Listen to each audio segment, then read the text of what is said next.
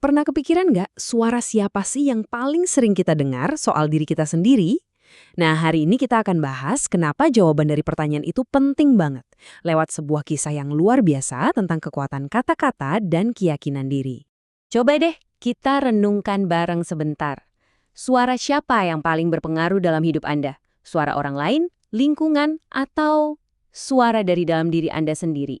Pertanyaan ini nih yang jadi kunci dari cerita yang akan kita selami hari ini. Oke, kita langsung masuk aja ya ke ceritanya. Kita bakal kenalan sama seorang pria baik bernama Ayub, yang hidupnya berubah 180 derajat, drastis banget.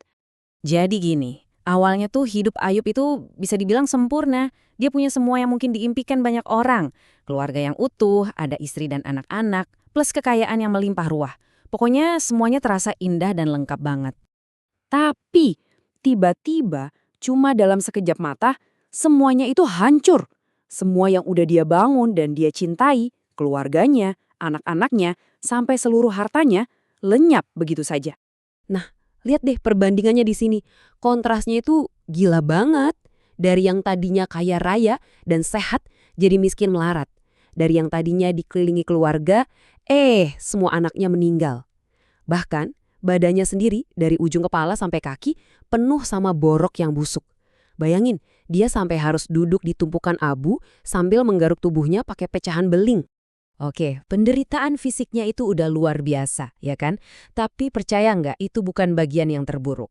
Siksaan yang paling pedih, yang paling menyakitkan, ternyata datang bukan dari penyakitnya, melainkan dari kata-kata orang-orang terdekatnya. Coba bayangkan, di saat lagi hancur-hancurnya, orang yang seharusnya jadi sandaran utama, istrinya sendiri, malah ngomong kayak gitu. Ini bukan kata-kata penghiburan loh, ini tuh kayak ajakan buat nyerah aja, buat putus asa total.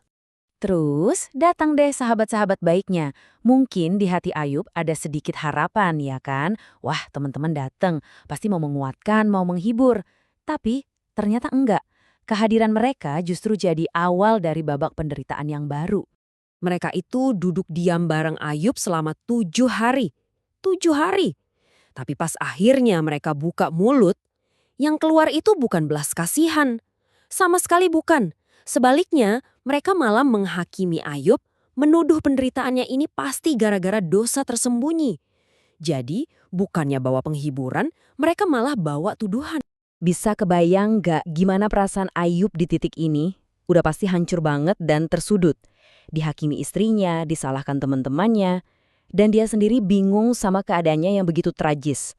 Rasanya tuh kayak dunianya bener-bener runtuh. Dan disinilah titik baliknya.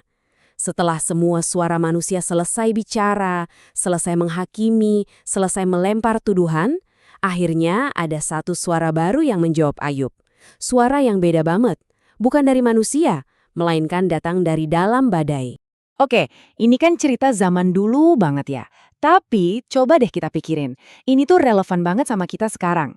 Sama kayak Ayub, kita semua kan hidup di tengah-tengah omongan orang, di tengah penilaian dan opini. Jadi, pelajaran apa nih yang bisa kita petik dari ceritanya? Kisah Ayub ini seolah-olah maksa kita buat bertanya ke diri sendiri. Di tengah semua kebisingan ini, di antara semua omongan orang, semua penilaian dari luar, suara siapa sih yang sebenarnya penting? Suara siapa yang benar-benar pantas kita dengarkan dan percayai? Dan jawabannya, intinya tuh ini. Bukan penilaian orang lain yang menentukan kita ini siapa. Sama sekali bukan. Pada akhirnya, yang paling menentukan itu adalah apa yang Anda sendiri percayai tentang diri Anda. Itulah yang akan membentuk realitas dan masa depan Anda. Orang lain, ya biarin aja, mereka punya opini. Mereka bebas bicara apa saja kan? Tapi ingat, pada akhirnya, sang penentu itu cuma ada satu. Satu-satunya orang yang punya otoritas final atas nilai dan potensi Anda, ya cuma Anda sendiri. Terus gimana akhir ceritanya? Nah, kisah Ayub ini menunjukkan kalau kekuatan keyakinan diri itu bukan cuma soal bertahan aja loh, tapi juga jadi jalan buat pemulihan yang luar biasa banget. Dan hasilnya keren banget. Karena Ayub pada akhirnya memilih untuk berpegang teguh pada kebenaran yang lebih tinggi, bukan mendengarkan penghakiman manusia, hidupnya itu nggak cuma dipulihkan, tapi dilimpahi berkali-kali lipat dari yang pernah dia punya sebelumnya. Jadi, sekarang pertanyaannya kembali kepada Anda, kepada kita semua. Di tengah riuhnya suara-suara di sekitar, ada yang membangun, ada juga yang menjatuhkan suara siapa yang akan Anda izinkan untuk menang. Karena pilihan itu pada akhirnya akan menentukan segalanya. Terima kasih,